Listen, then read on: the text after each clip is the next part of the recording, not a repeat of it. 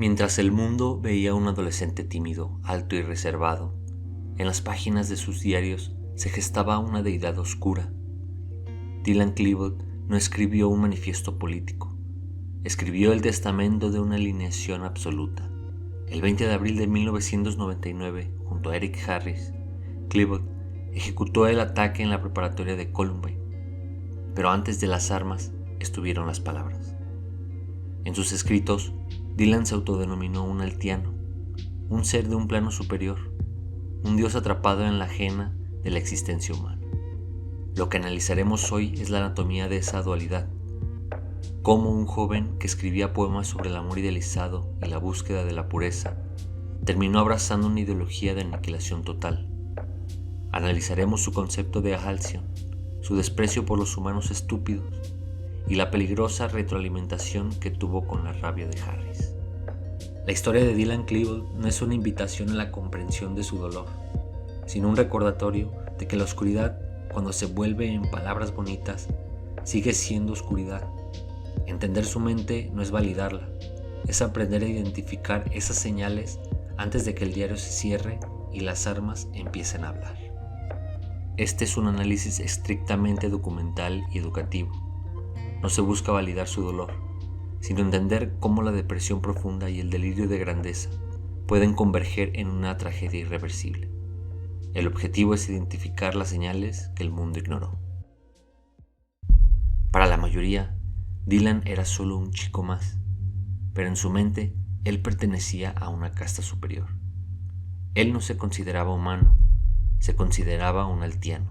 Este término, que aparece en sus diarios, es la clave para entender por qué sentía que tenía el derecho de juzgar al mundo. Y para entender el final, hay que entender el origen de su delirio. Klebold no se sentía un joven rechazado, se sentía un ser exiliado. Es por eso que surge esa palabra que se vuelve su identidad secreta. Cita: soy un dios, un altiano, atrapado en esta ajena de humanos estúpidos que no ven nada. El término altiano es una construcción gnóstica de identidad. Etimológicamente, parece derivar de una mezcla entre la palabra alt, detener, separar, y alcyon, su paraíso personal. Ser un altiano significa poseer gnosis, un conocimiento secreto sobre la vacuidad de la existencia que los humanos normales no pueden comprender. En su filosofía, un altiano es una conciencia evolucionada que ha sido arrojada a la ajena, el infierno de la vida física. Al identificarse como tal, Dylan deja de ser una víctima del entorno para convertirse en un observador divino que está de paso por una realidad que desprecia. Es la autodeificación como respuesta al trauma social. Pongámoslo así: Dylan se inventó una raza para él solo. Imagina a alguien que se siente tan fuera de lugar que en vez de pensar que tiene un problema de ansiedad o depresión, decide que él es de otro planeta o de otra dimensión.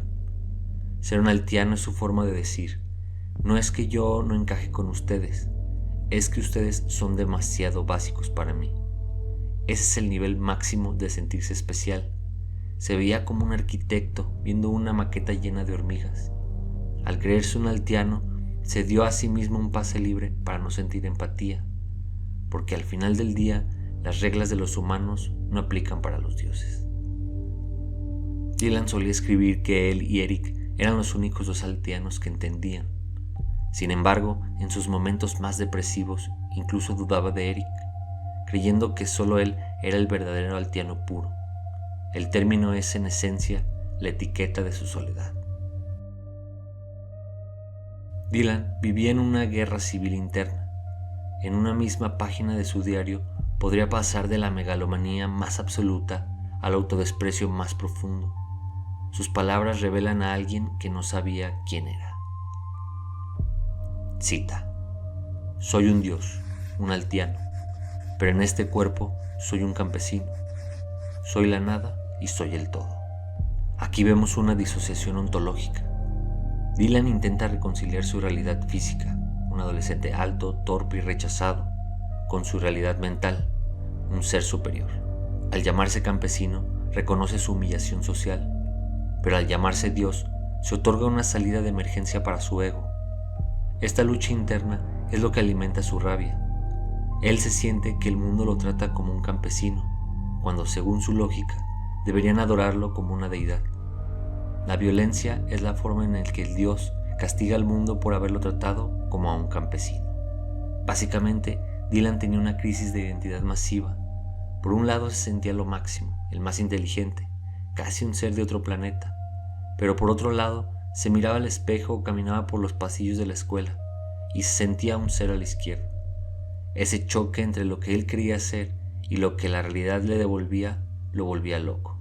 En lugar de aceptar que era un chico normal con inseguridades, decidió que el problema era el mundo.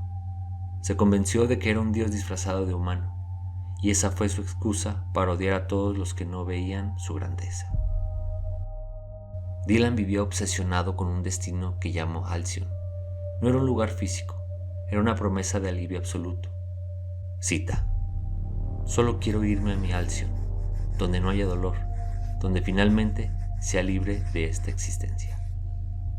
El Halcyon es la romantización del vacío. En la filosofía existencial, Dylan busca lo que llamaríamos el estado de pureza original. Él desprecia la materia, el cuerpo y las reglas sociales porque las considera sucias. Lo aterrador de este concepto es que Klebold vincula la paz absoluta con la aniquilación total. El 20 de abril no era una muerte para él, sino una graduación. Su diario muestra que su nihilismo no era de odio puro hacia otros, sino de un deseo egoísta de regresar a un estado de inexistencia, arrastrando al mundo con él en su vuelo final.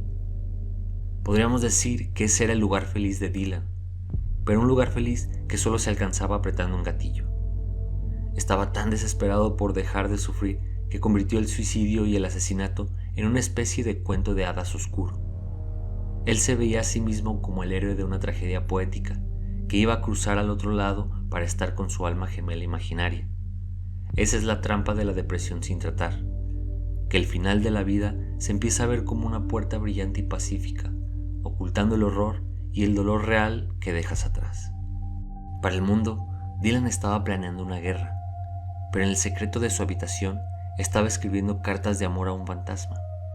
Dylan vivía obsesionado con la idea de un alma gemela, una mujer idealizada que según él era la única llave para su salvación. Cita: mi alma gemela, mi única razón para quedarme, pero ella no está aquí, el mundo la ha escondido de mí. Aquí observamos el fenómeno del idealismo trágico. Dylan proyecta toda su necesidad de sentido en una figura externa que no existe. En su mente, el amor no es una conexión humana real, sino un evento místico que debe rescatarlo de su condición de altiano exiliado. Al no encontrar ese ideal, su desesperación se transmuta en un nihilismo agresivo. El amor en Klebold es absoluto. O es la salvación total, o es el motivo final para la destrucción total. No hay términos medios, lo que convierte su soledad en una sentencia de muerte autoimpuesta. Para poder captarlo, Dylan estaba enamorado del amor, pero de una forma súper tóxica y fantasiosa. Se pasaba el día escribiendo poemas cursi sobre una chica perfecta que lo sacara de su hoyo. Pero como esa chica no aparecía, porque nadie es perfecto, y él estaba encerrado en su cuarto, empezó a resentirse. Es el clásico pensamiento de: si el universo no me da el premio que merezco, en este caso la novia ideal, entonces que el universo arda. Usó su soltería y su timidez no como algo que trabajar, sino como una prueba de que el mundo era un lugar cruel que conspiraba contra él. Dylan caminaba por los pasillos de la preparatoria Columbine viendo algo que nadie más veía, o al menos eso es lo que él creía. Sus diarios dividen a la humanidad en dos categorías: los alteanos, él y a veces Eric, y los zombies. Cita: veo a los zombies caminar por los pasillos, robots sin mente, viviendo sus patéticas vidas de hormigas. Este es el proceso de deshumanización sistémica. Para que un individuo pueda cometer un acto de violencia masiva, primero debe despojar a las víctimas de su humanidad. Dylan utiliza el término zombie para anular la conciencia del otro. Si los demás no tienen alma, si son solo robots, entonces eliminarlos no tiene peso moral. Es una forma extrema de solipsismo, donde solo la mente de un Dylan es real y valiosa, y el resto del mundo es solo ruido de fondo o estorbo en su camino hacia el Halcyon. Digamos que es el complejo de protagonista llevado al extremo más oscuro. Dylan se sentía como el único personaje real en un mundo de extras. ¿Sabes cuando juegas un videojuego y los personajes que caminan por la calle no te importa porque son solo código? Así veía él a sus compañeros de clase. Los deportistas, los populares, incluso los profesores, eran solo obstáculos sin sentimientos. Al llamarlos zombies, se quitó la culpa de encima. En su cabeza, él no iba a matar a personas con sueños y familias. Iba a limpiar un escenario lleno de personajes de relleno que no valían nada. Dylan Klebold no solo se sentía diferente, se sentía el único dueño de la verdad. En sus escritos, la palabra entender aparece como un arma para separarse del resto de los mortales. Cita: ustedes no entienden lo que yo entiendo. Ustedes son solo robots que caminan y hablan, repitiendo lo que les dicen. Aquí Dylan establece una jerarquía de conciencia. Al llamar a los demás robots, está utilizando un recurso de alienación intelectual. No es solo odio social, es una postura donde él se posiciona como el observador externo de una simulación. Para él, la sociedad no es un grupo de personas, sino un sistema de engranajes vacíos. Este pensamiento es el que le permite desconectar la compasión. No puede sentir lástima por un robot. Su diario revela que su verdad era en realidad un muro de aislamiento que él mismo construyó para no tener que lidiar con su incapacidad de encajar. En términos simples, Dylan se creía el único despierto en un mundo de gente dormida. Es ese sentimiento clásico de nadie me entiende, pero llevado a un nivel extremo y peligroso. Se convenció de que él tenía un nivel de inteligencia y sensibilidad tan alto que los demás eran básicamente máquinas sin alma. Era su forma de decir: si no puedo ser parte de su mundo, entonces su mundo es basura y yo soy mejor que todos ellos. Es la mentalidad del iluminado que usa su supuesta inteligencia para justificar su desprecio. Hay una contradicción constante en su diario. Por un lado, se proclama una deidad, pero por otro, admite una vulnerabilidad que lo carcome. Cita: soy un Dios que está sufriendo. Soy un Dios que quiere morir porque este mundo es una prisión para mi mente. Esta cita es crucial porque muestra el nihilismo narcisista. Dylan no puede aceptar que su sufrimiento es humano, así que lo eleva a un nivel divino. Si sufre, es porque es un Dios atrapado en un cuerpo débil. Esta paradoja le permite mantener su ego intacto mientras se hunde en la depresión. El deseo de morir no es para él un acto de derrota, sino un acto de liberación divina. Es la justificación final. La muerte es la única forma de que el Dios recupere su trono, fuera de la miseria de la vida cotidiana. Es como si Dylan se viera a sí mismo como un rey viviendo en la basura. Por fuera era un chico de prepa con problemas de autoestima, pero por dentro se decía a sí mismo que era una deidad sufriente. Esa mezcla de soy el mejor y me quiero morir es una bomba de tiempo. En lugar de buscar ayuda para su tristeza, la disfrazó de tragedia épica. Básicamente se sentía demasiado importante para este mundo, y esa importancia propia fue la que lo empujó a pensar que su muerte y la de los demás era algo necesario y grandioso. A diferencia de otros atacantes, Dylan no escribió sobre abusos en casa. De hecho, sus menciones a sus familias son breves, pero revelan una desconexión emocional absoluta, un muro que él mismo levantó. Cita: mis padres son buenos, me dan lo que necesito, pero no tienen ni idea de quién soy. Nadie la tiene. Vivo en un lugar donde ellos nunca podrán entrar. Aquí estamos ante el aislamiento voluntario. Dylan reconoce la bondad de sus padres, lo que descarta el resentimiento familiar como motor primario, pero establece una frontera infranqueable. Su lugar no es físico, es psicológico. Al decir que nadie tiene idea de quién es, está protegiendo su delirio de superioridad. Si sus padres lo conocieran de verdad, él dejaría de ser un altiano misterioso, para convertirse simplemente en un hijo con problemas. Mantener a su familia en la oscuridad era esencial para que su plan de destrucción pudiera madurar sin interferencias. Esto es lo que más asusta a los padres. Dylan no odia a su familia, simplemente los borró de su mapa emocional. Él mismo decía que sus papás eran buenos, pero para él eran parte de ese mundo de zombies que no entendían nada. Se sentía orgulloso de tener una doble vida. Mientras cenaba con ellos, en su casa estaba planeando el fin del mundo. Esa frialdad para separar su vida normal de sus pensamientos oscuros muestra que Dylan ya no estaba ahí. Se había mudado por completo a su propia cabeza, donde nadie podía rescatarlo. En las etapas medias de su diario, Dylan empieza a ver la existencia no como algo real, sino como una simulación o un juego que ya no quiere jugar. Cita: todo es un juego, la escuela, la gente, las reglas, todos son piezas de un tablero, y yo estoy cansado de las reglas de este juego estúpido. Esta es la desrealización filosófica. Al reducir la vida a un juego, Dylan le quita toda la carga moral a sus acciones. Si la vida es un tablero, entonces las personas son piezas y las leyes son simples instrucciones que él puede ignorar. Su cansancio no es fatiga física, es aburrimiento existencial. Su conclusión es que la única forma de ganar es patear el tablero. Al despojar a la realidad de su autenticidad, se prepara mentalmente para el acto final de violencia. Para él, Columbine no fue una tragedia humana, fue el movimiento final de un juego que decidió terminar.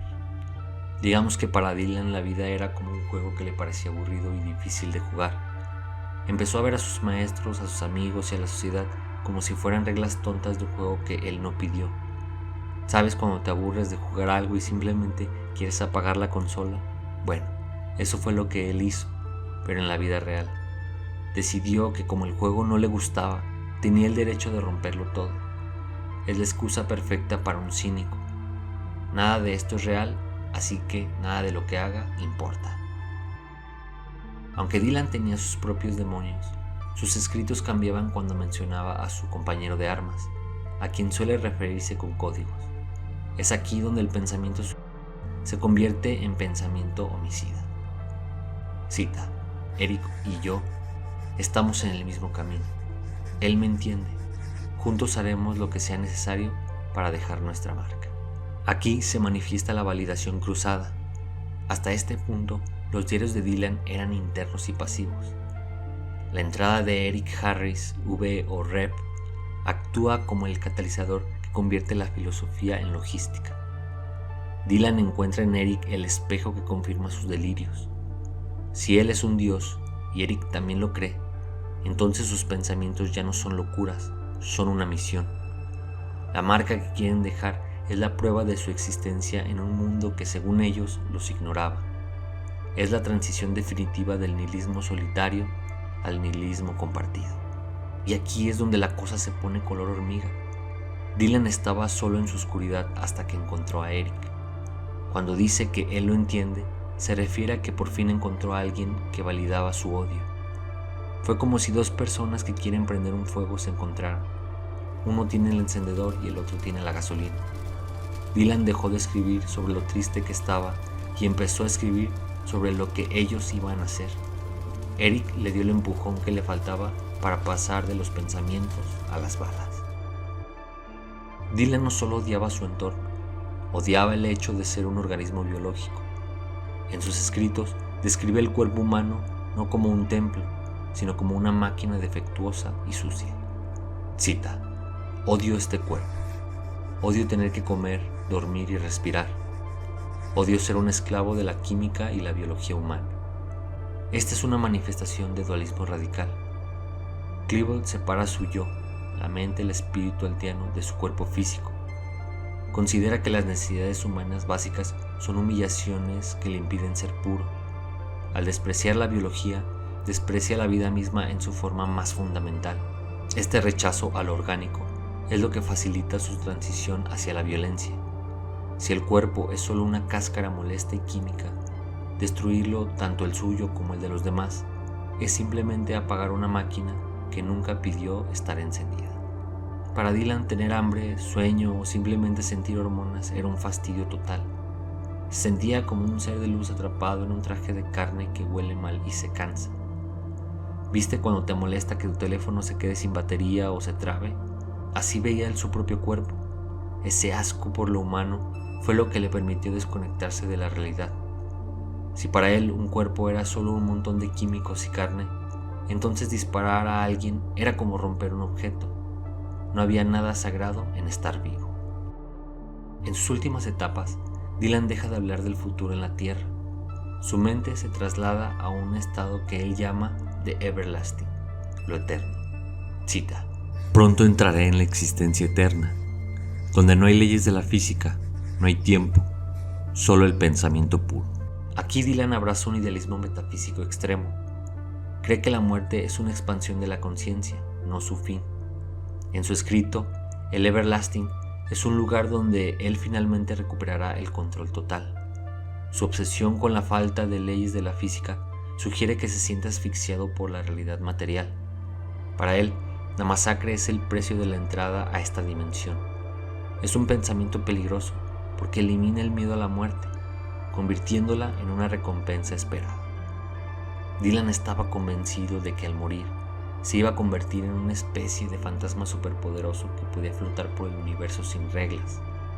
Para él, este mundo era una prisión con demasiadas leyes y gravedad, y lo eterno era su libertad. Pensaba que la muerte era como pasar de una televisión en blanco y negro a una realidad en 4K. Por eso no tenía miedo. En su cabeza, el 20 de abril no era el fin de su historia, sino el momento en que por fin iba a despertar de verdad. Dylan solía observar a las personas que parecían disfrutar de la vida y sentía una rabia particular. Para él, la felicidad de los demás era una prueba de su estupidez. Cita: "Los veo reír, veo sus pequeñas preocupaciones estúpidas. Son tan felices en su ignorancia que me dan ganas de vomitar". Este es el elitismo del sufrimiento. Dylan cree que su dolor lo hace más real que los demás. En su lógica, si alguien es feliz, es porque no es lo suficientemente inteligente para ver lo terrible que es el mundo. Esta cita revela que su violencia también era un castigo contra la alegría ajena. Él se sentía el portador de la verdad y odiaba a quienes vivían sin ese peso. Matar era para él una forma de romper la burbuja de ignorancia de la sociedad y obligarlos a ver la oscuridad que él cargaba. ¿Sabes esa gente que odia que a los demás les vaya bien solo porque ellos están mal? Así era Dylan, pero al extremo. Ver a un grupo de chicos riendo en el pasillo le enfermaba porque él pensaba: ustedes son felices porque son tontos. Se sentía superior por estar deprimido. Para él, su amargura era una señal de que era especial. Y ese odio a la gente normal fue lo que le dio el empuje para querer arruinarles la vida. Quería que todos sintieran, aunque fuera por un segundo, el asco que él sentía por la existencia. Hay un punto en el diario donde los poemas y las quejas existenciales se detienen en seco. Las últimas páginas no son reflexiones, son listas. Cita: "Conseguir el equipo, probar los detonadores. El plan está en marcha, ya no hay vuelta atrás". Este es el colapso del pensamiento abstracto en pensamiento técnico. Es el momento en que la ideología se convierte en crimen. Cuando Dylan deja de escribir sobre altianos y empieza a escribir sobre detonadores, ha completado su proceso de deshumanización. Ya no necesita justificar nada porque la decisión está tomada. En la ética criminal, esto se llama cruzar el Rubicón, el punto donde la fantasía de violencia se convierte en una tarea de ingeniería. El diario se vuelve frío porque Dylan ya se considera muerto. Lo que queda es solo la ejecución del plan. Aquí es donde se te hiela la sangre. Las últimas notas de Dylan ya no parecen el diario de un poeta confundido, sino el manual de un técnico. Deja de hablar de almas gemelas y empieza a hablar de pólvora y mochilas. Es el momento en que se puso a trabajar. Esa frialdad demuestra que ya no había dudas en su cabeza. Había apagado sus emociones para convertirse en una máquina que solo seguía una lista de pasos. El chico triste se había ido y solo quedaba el tipo que contaba balas. Incluso dentro de su delirio de grandeza como altiano, Dylan no podía escapar de su realidad humana. En sus escritos más oscuros admite una verdad que lo atormenta. No se siente un Dios poderoso, sino un Dios que ha fallado. Cita: "Soy un Dios que es un fracaso, un ser superior que no puede ni siquiera hablar con una chica o caminar sin sentirse observado. Soy patético en mi propia divinidad. Aquí presenciamos el colapso del ego defensivo. Dylan ha construido una identidad de Dios para protegerse del dolor, pero la realidad es tan aplastante que ni siquiera su propia fantasía puede sostenerlo. Al llamarse fracaso, entra en una zona de peligro absoluto. Si no puede ser Dios en la vida, intentará ser un Dios en la destrucción. Esta cita revela que su violencia no nace de la fuerza, sino de una debilidad compensada. Es la rabia del narcisista que al no poder alcanzar su propio ideal, decide que si él es un fracaso, el mundo que lo vio fracasar debe ser borrado. Aquí estaba en una pelea constante consigo mismo. Por un lado se decía que era el mejor, pero por otro se sentía el tipo más perdedor de la escuela. Ese cortocircuito mental es insoportable. Imagina a alguien que se cree un genio, pero reprueba todos los exámenes. En lugar de admitir que necesita ayuda, decide que el sistema está mal y que él es un genio incomprendido. Esa frustración de no poder ser el Dios que él quería ser en el día a día fue el motor que lo llevó a querer vengarse de su propia sombra. Dylan escribió mucho sobre el paso del tiempo.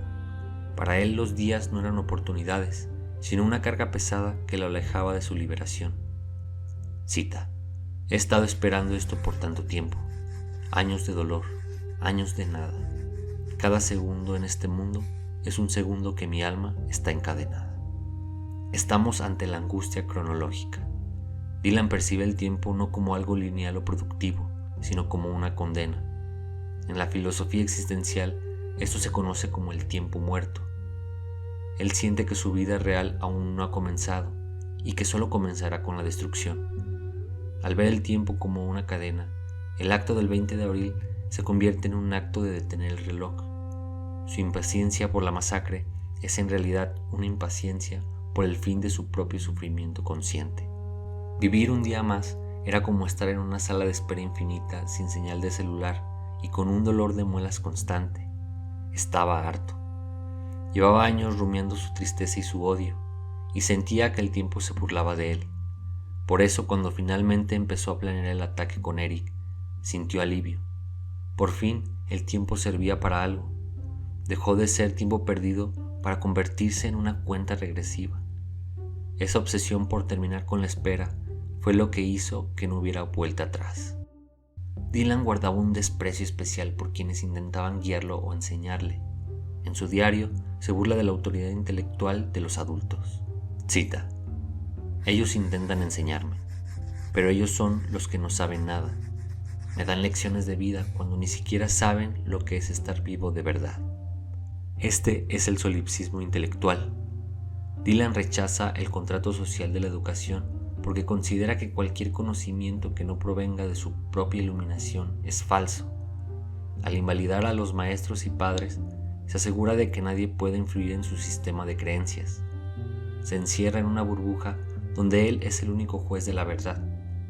Este aislamiento intelectual es lo que permite que su ideología de odio crezca sin filtros.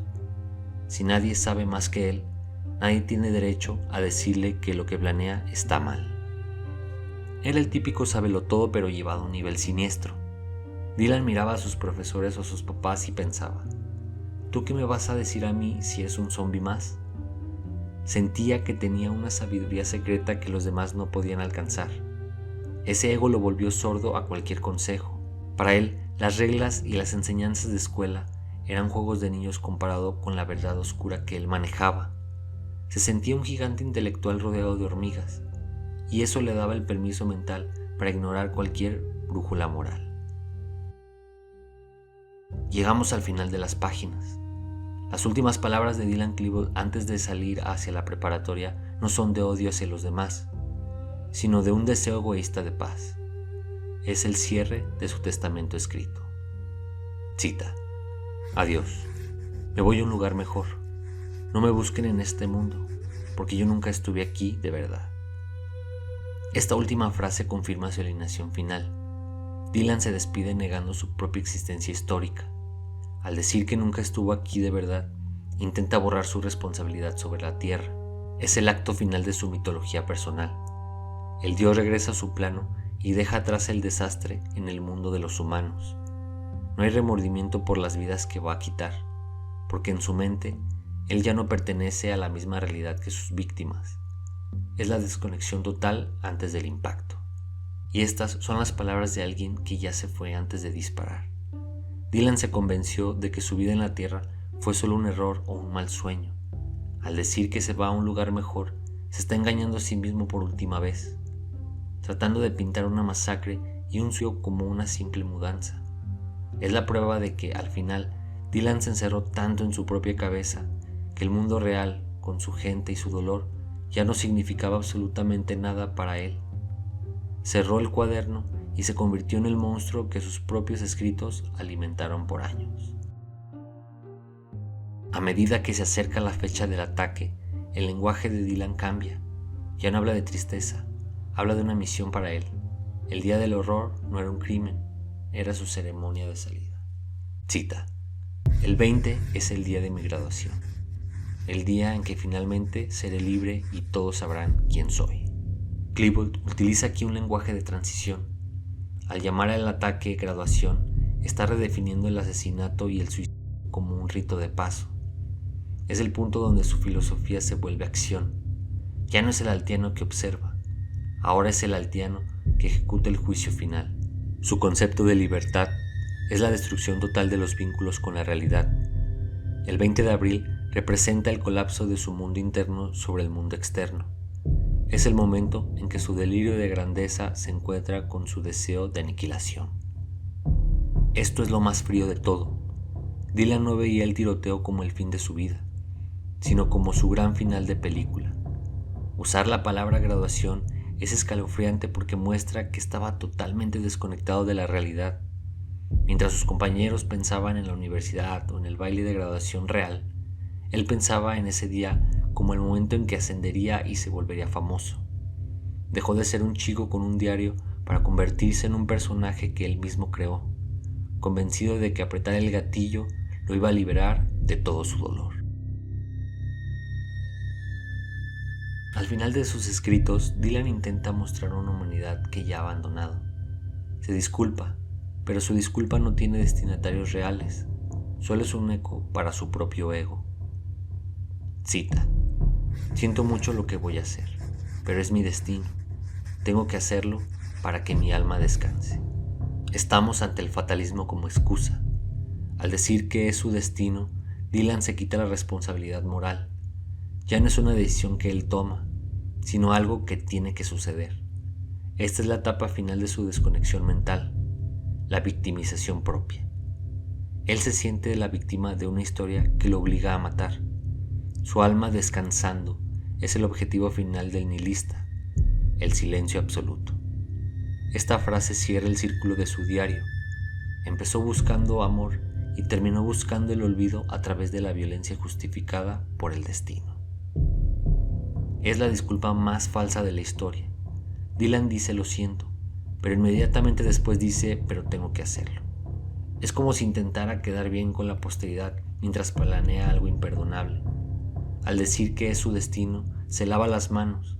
Es su forma de decir que no es culpa suya, sino de la vida que lo obligó a llegar a ese punto. Es el cierre de una mente que decidió que su propio descanso valía más que la vida de todas las personas a las que iba a lastimar. Hubo un momento meses antes de abril en que el diario de Dylan no estaba decidido. Sus palabras muestran que estaba en una balanza, morir solo o llevarse al mundo con él. Cita: tengo una opción, puedo comprar el arma y terminar con mi vida ahora mismo, en silencio, o puedo esperar a que el plan REP esté listo y hacerlo a lo grande. Este pasaje es la prueba de la voluntad de la relevancia. Dylan admite que el asesinato masivo es una opción añadida a su deseo original de suicidio. El asesinato no nace de una necesidad de matar, sino de una necesidad de que su muerte no sea invisible. Al elegir esperar a Eric, Dylan está intentando elegir convertir su final en un evento. Filosóficamente, decide que su dolor es tan grande que merece un sacrificio humano masivo para ser validado. La opción del asesinato es lo que le da poder sobre su propia muerte. y aquí vemos la verdad desnuda. Dylan pudo haberse detenido. Él sabía que tenía la opción de irse solo y no lastimar a nadie, pero decidió que quería ruido. Es como el tipo que decide que ya que se va a hundir el barco entero con él para que nadie se olvide de su nombre. Esa pequeña frase en su diario borra por completo la imagen de que fue obligado o manipulado.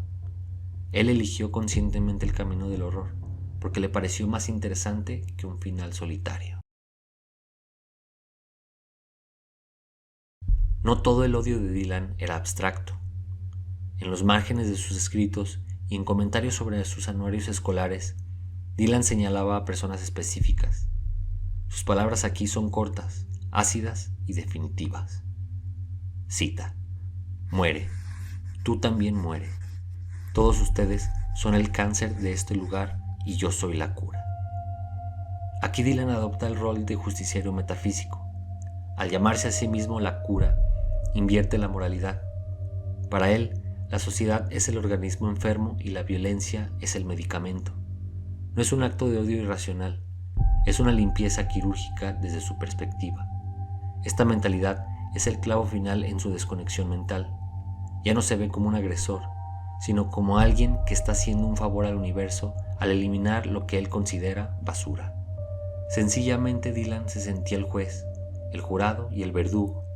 Caminaba por la escuela mirando a la gente y poniéndoles una X invisible en la frente. Se sentía con el derecho de decidir quién merecía vivir y quién no, basándose simplemente en si le caían bien o si le parecían zombies. Es el nivel máximo de arrogancia. Se creía tan superior que pensaba que matarlos era como limpiar una mancha en la pared. No había empatía, solo un desprecio absoluto. Después de que el humo se disipó en la biblioteca de Columbine, los investigadores encontraron una última nota en la habitación de Dylan. No era un poema ni un manifiesto, eran unas pocas palabras dirigidas a su madre. Cita: lo siento mucho, mamá. No te culpes por esto. Es algo que yo tenía que hacer para ser libre. Esta nota final representa el egoísmo absoluto. Dylan intenta liberar a su madre de la culpa, pero al mismo tiempo reafirma que su libertad personal, el asesinato y el suicidio, estaba por encima del dolor que le causaría a su familia. Es una disculpa que no busca el perdón, sino la aceptación de lo inevitable. Al decir que tenía que hacerlo, vuelve a usar el destino como un escudo para no admitir que simplemente eligió mal.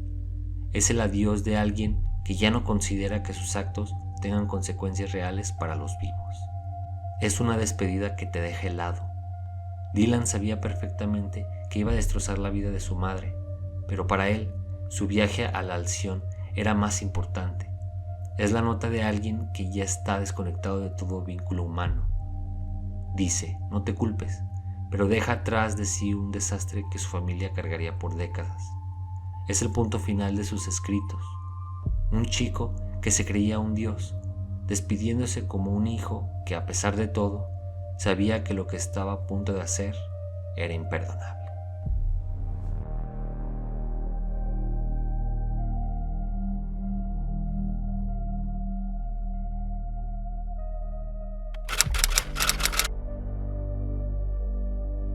Un estudiante de preparatoria entrega una tarea para su clase de escritura creativa.